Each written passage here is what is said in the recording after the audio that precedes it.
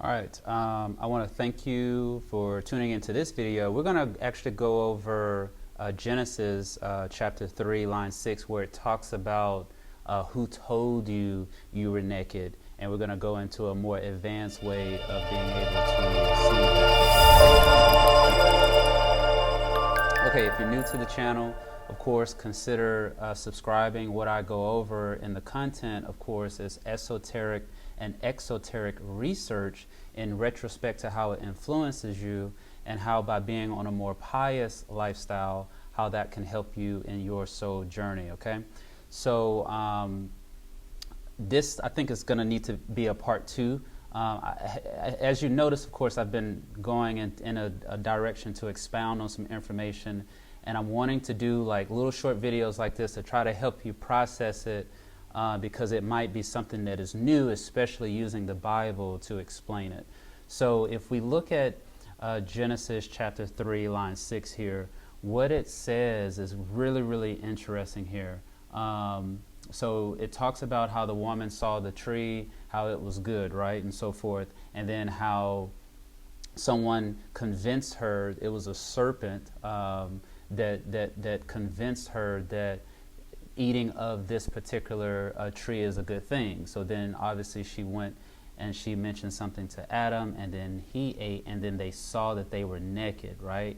And then here we see where it says in Genesis chapter 3, line 9, that they were being looked for, and then it says what? Where art thou? And then they said that they were naked and so forth. So let's get the next part here. And then we find in them saying, who told thee thou was naked? Okay, so remember I have been talking about the senses in some earlier videos, how certain faculties, of course, might be becoming available to some people. And notice how the green horse in the middle, I'm not saying that it's green, I'm just talking about this illustration, which is from the Bhagavad Gita. This is plate 5. But notice how there's an ear there and how it's above all of the other senses there. You see that? And then how I've been trying to introduce you to understanding how you have these various different experiences and how earth was the furthest removed from the Godhead, and how it's explained in this particular passage is it's just calling it a personality matrix. And notice how that first root area down there is where you're dealing with a bunch of memories and physical body intelligence and so forth. But notice how that second one there is dealing with desires and so forth. Okay, so what Genesis is actually talking about here is basically saying that this particular creation was created in the higher regions. Okay, they were created in the higher regions, of course, and then what they did obviously is they listened to some information that they weren't supposed to actually listen to, and then that got them cast out of higher regions into the lower regions, of course, and they had to start their evolutionary journey completely over again. So what I'm going to try to explain in these series, I don't know if I'll be able to get it done in 2, but what I want to explain is how when you are, you're part of a body, and we can look at that as being like a cell. We're talking about advancement. Like if you've been kind of looking at these previous videos, you'll notice that I've been talking about various different neurons and how you go through this process from within, of course, to where you can be a part of a greater structure and so forth and so on. So I'm wanting to try to like make this one a little bit more digestible, but in part 2 I'm going to bring it all together for you. So I want to introduce you to something really, really quick here. Let me see if I have the illustration ready for you. We have Hosea 4 and 6 here, right, where it says, my people are destroyed for a lack of knowledge. What I want to show you is that this lack of knowledge is actually talking about this lack of word that you're not sending up from within you. You're not sending this word up from within you, okay? And we're going to verify that with some text. So what I'm going to explain in this particular video is that the reason why they were cast out of the higher regions, of course, into the lower regions is because they started experimenting with externally sending out the seed. And remember in this particular illustration how I was showing you how there's this particular swan that has their foot on the fish, and through pleasures and passion pleasures that deal with the animalistic version of doing something, it is sending the seed out. And then you have this process called procreation where you're creating animals, and then that's what started the issue, of course, and now you have to bring yourself back into the fold, so to speak. And that's what I'm going to explain in this particular video. Who told you you was naked? So let me introduce a resource here. Now this is from the Lost Book of Enki, and then I'll leave all these resources for you underneath the like button, but I'm going to use a couple of different sources here to help explain what took place. Now let's look at this. Now it says, after many adventures, the land of Tilmun, which is the fourth region he reached, it says, through its subterranean tunnels, he proceeded in a garden of precious stones. Okay, precious stones. It says, Zeus Zadra, he met. The events of the deluge, Zeus Zadra, to Gilgamesh related. It says, the secret of long living to Gilgamesh he revealed. A plant in the garden's well was growing. Zeus Zadra and his spouse from getting old it prevented. Unique of all the plants on earth it was, by it a man full vigor can regain. It says, man at old age is young again. This is the plant's name. Zeus Zadra to Gilgamesh said. Zeus Zadra to Gilgamesh said. So remember, what I was explaining here is how you have this particular dragon that has the ability to heal. So when we look at Revelations, I think it's chapter 13 there, where it talks about how the dragon gave you the strength that you needed in order to speak with great authority, and it gave you the power to heal. So if we look here in the bottom left-hand corner of this illustration, we see how that there's a hole there in the head, and notice how there's a cross kind of behind his head, because he's dead on that cross, because he doesn't have the substance to heal.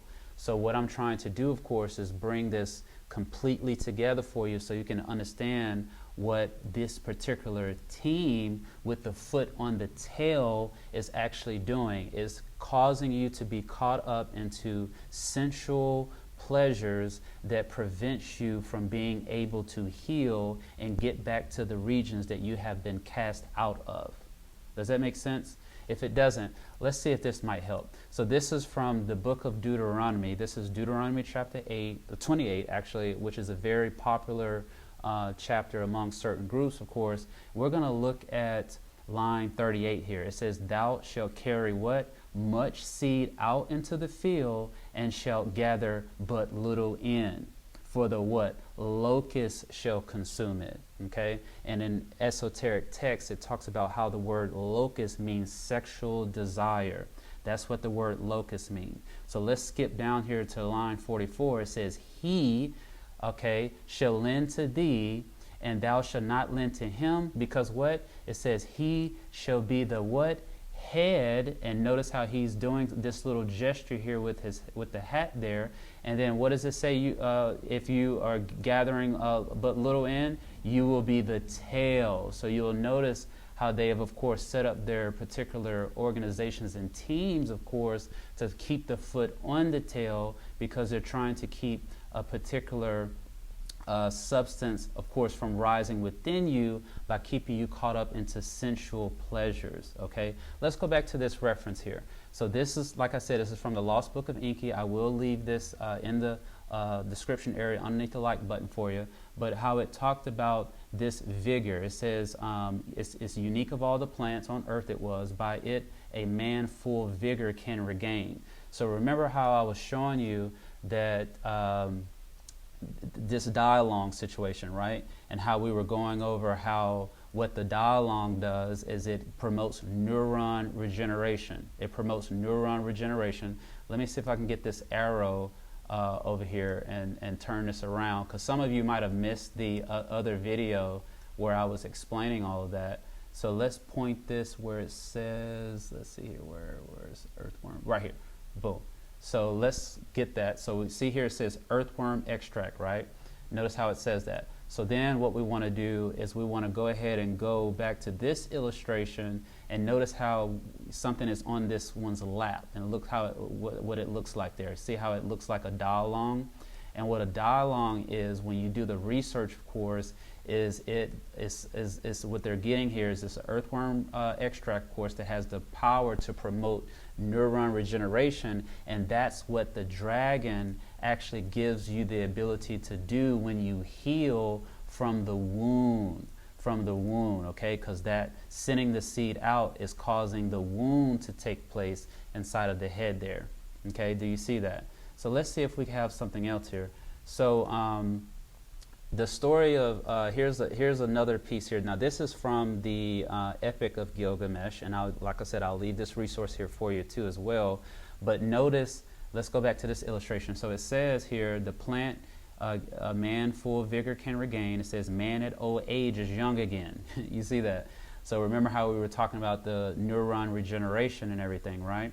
So then it says, this is the plant's name. And then it says, a gift of Enki with Enlil's blessing on the Mount of Salvation. Okay, the Mount of Salvation, which is the highest regions of yourself. It says, to us was granted when Zusudra and his spouse were asleep. It says, Gilgamesh to his feet stones tied. Into the well he dived. The plant of being young again he grasped and uprooted. Okay, and uprooted. So remember what I was, let's see if I have that illustration here where I was talking about these particular, there's a story here. We can get this in the scripts, of course, but remember the story where it was dealing with the children of Lot, and how, and I'll leave the resource up here on the screen for you, but how it talked about how those particular females did something to their so-called father where they were able to grab something from him, and then they did whatever it was that they did, of course. So this is kind of giving you an example when we look at the Epic of Gilgamesh, how it says that the serpent, it tracked Gilgamesh's movements. And in some texts, it talks about how Satan followed the footsteps of the wise. Okay, Satan followed the footsteps of the wise. So it says the serpent tracked Gilgamesh's movements all the way to the flower of immortality wish. It says while Gilgamesh stops to rest, and bathe and so forth, says the serpent what? Snatched the flower of eternal life from him, consequently taking away immortality from mankind. So remember, I was trying to share with you in earlier texts how there's characteristic traits of these children of Lot in this particular story where some things tries to come around while you're sleeping. So then when we think about the Genesis here, where it talked about how the serpent went to the woman, and then she saw that the tree was good for food, and then she ate, and then she gave it to Adam, and then he also ate. So what it appears is that the woman was doing something to Adam probably while he was asleep, because the serpent went to the woman first, and then there was a roll down effect from that, of course, because it says, who told you you was naked? Okay, you see that there. So what we want to do here, let me play this here for you real quick. Oh, blessed Lord. Oh, killer of the atheists. Oh, Kudai-Kisha. So if you remember that was something that that was a meditation of O, and in there it says O Gudaki-Kisha, right? So if we look this up here, see how it says this means conqueror of ignorance. Conqueror of ignorance. So what I want to try to explain here is that when you become a conqueror of ignorance, because remember in the book of Hosea it says, my people are destroyed for lack of knowledge. So that means that being a conqueror of ignorance means that you now have knowledge. And what knowledge means, of course, is that you are no longer sending your seed out, you are actually sending your seed up from within you. Okay, you're sending your seed up from within you.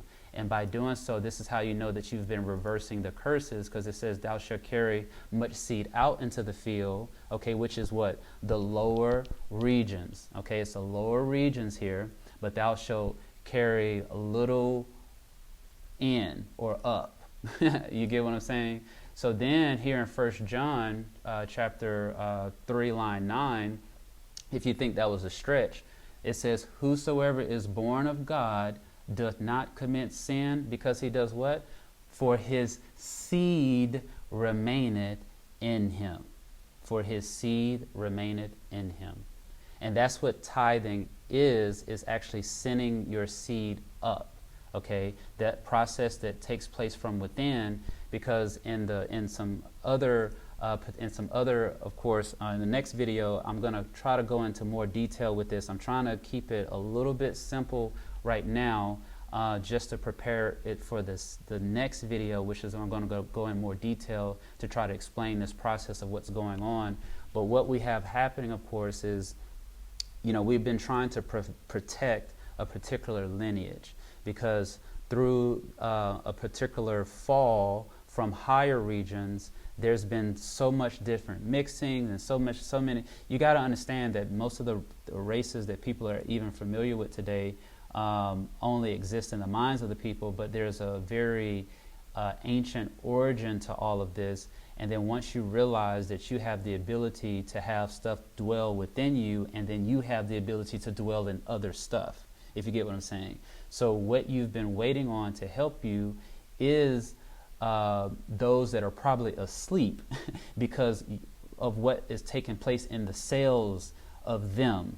And it's interesting when you think about it that way, that you are having an experience, but you are actually inside of someone else who is also having an experience. And based on your behavior, because your evolutionary message is depicted in your behavior, based on that behavior determines what is actually able to do whatever it's doing on the various different planes of existence, if you get what I'm saying. And it kind of makes a lot of sense when you start thinking about like the Egyptian Book of the Dead, why it's called that, the Egyptian Book of the Dead. So so this is just why I wanted this to just be an introduction. What I actually brought out in this particular video was just explaining what Genesis chapter 3 was actually talking about when it dealt with. Let me straighten that up. when it dealt with, of course, the woman and going to the man, and then them seeing themselves, and then who told you was naked, and then them being sent out of the garden into the lower worlds of existence, and how by being down there in those lower worlds, remember it talks about this woman that rided the scarlet red beast. You get what I'm saying? It has the cup of abominations and so forth. So it looks like that's one of the tools that's being used for you to continually send your seed out, okay, to continually send your seed out to where you're not gathering much in, and then you're not actually born of God, so to speak, because your seed does not remain in you. Okay, it's not remaining in you. So then I want to just introduce you to something called proliferation. So when you look into cell proliferation, that's kind of what we have going on in the lower worlds, is we have a bunch of stuff that is causing problems. If you look at whatever it is that they promulgate, whatever it is that they promote, you will notice that there is a proliferation of problems that are taking place. So then in order to fix that problem, there's something that you have to do from within in order to fix that is on the outside of you. And I'll try to get into that in the next video, dealing with neuron regeneration and repairing the cells, and trying to get out of the situations that most people are causing for themselves without actually knowing that they're causing the problem, okay, without actually knowing it. So then that's what we really need to get into, and we really need to advance in what we're doing. We can't be doing the same thing over and over again, expecting different results. Good old time religion is just good enough for you and all that kind of stuff, because that stuff is not working.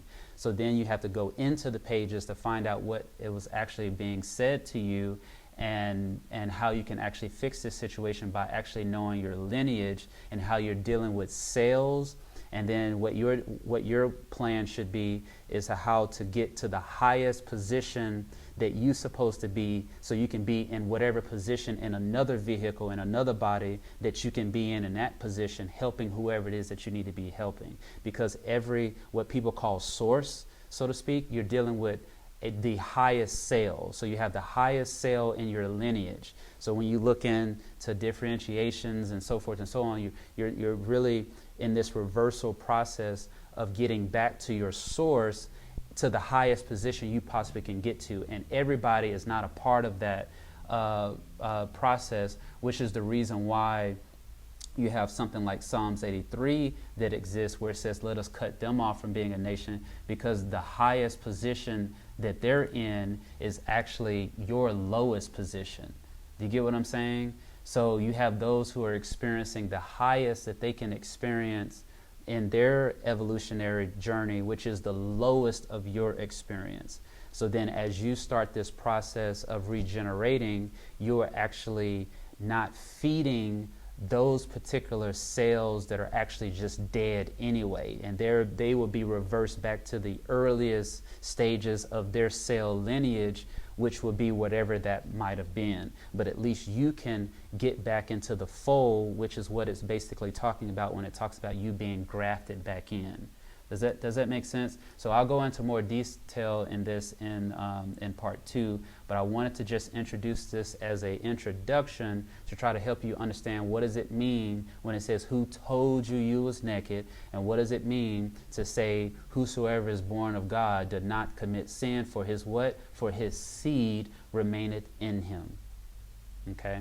If you have any questions or comments on this particular video, you can leave them underneath the like button in the comment area, and then we'll have a dialogue about it. And of course, I'll just see you in the next video.